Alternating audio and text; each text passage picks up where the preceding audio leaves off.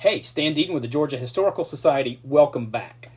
I can't thank you enough for all the great feedback from the previous post. We were talking about libraries and librarians that were meaningful to me as part of National Library Week. Many of you commented and gave me feedback. I can't thank you enough for that. Keep it coming.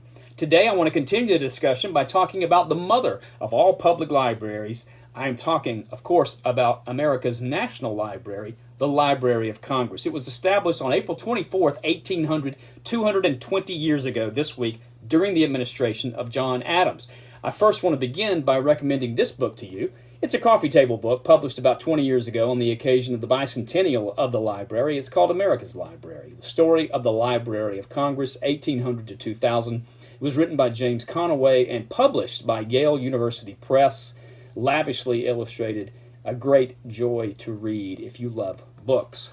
My parents first took me to Washington, D.C. in the summer of 1975 when I was almost 11 years old, and we went to the Library of Congress, and it was love at first sight. The library was established, as I mentioned, during President Adams' administration. It grew to about 3,000 books, and then you probably know the story, famously burned by the British during the War of 1812 in August 1814. President Jefferson, in retirement at Monticello, graciously offered to sell his personal library, which he had lovingly assembled across his lifetime, about 6,500 volumes. He negotiated with Congress, and they sold it $24,000. That's about $420,000 in today's money, and still a bargain, about $65 a book for a library that was unmatched in America. Tragically, on Christmas Eve 1851, another fire destroyed about two-thirds of the books in the library, including many of Jefferson's.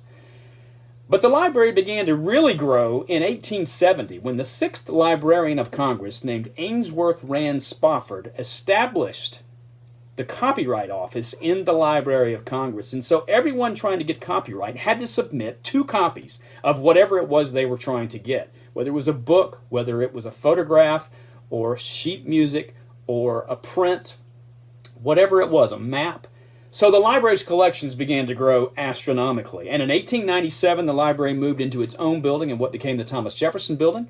That expanded in 1939 with the John Adams Building, and in 1980, the James Madison Building, and of course it's continued to grow. The library now houses about 170 million items. It is the largest library in the world. And among its holdings are the papers of 23 of our first presidents, from Washington through Calvin Coolidge. Beginning with Herbert Hoover, all the way through Obama, presidents began putting their papers in their own personal museums and libraries.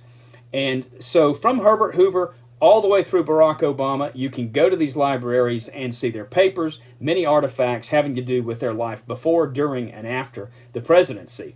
In addition to their papers, with 3 exceptions, most of those presidents are buried or will be buried at their library. The 3 exceptions, of course, John Kennedy, who is at Arlington, Lyndon Johnson, who is buried at his ranch west of Austin, and when he dies, President Carter will be buried near his home in Plains rather than in Atlanta. President Clinton has already made disposition to be buried in Little Rock at his library, and President George W. Bush will be buried at his presidential center in Dallas. No word yet on where Barack Obama or Donald Trump will be buried.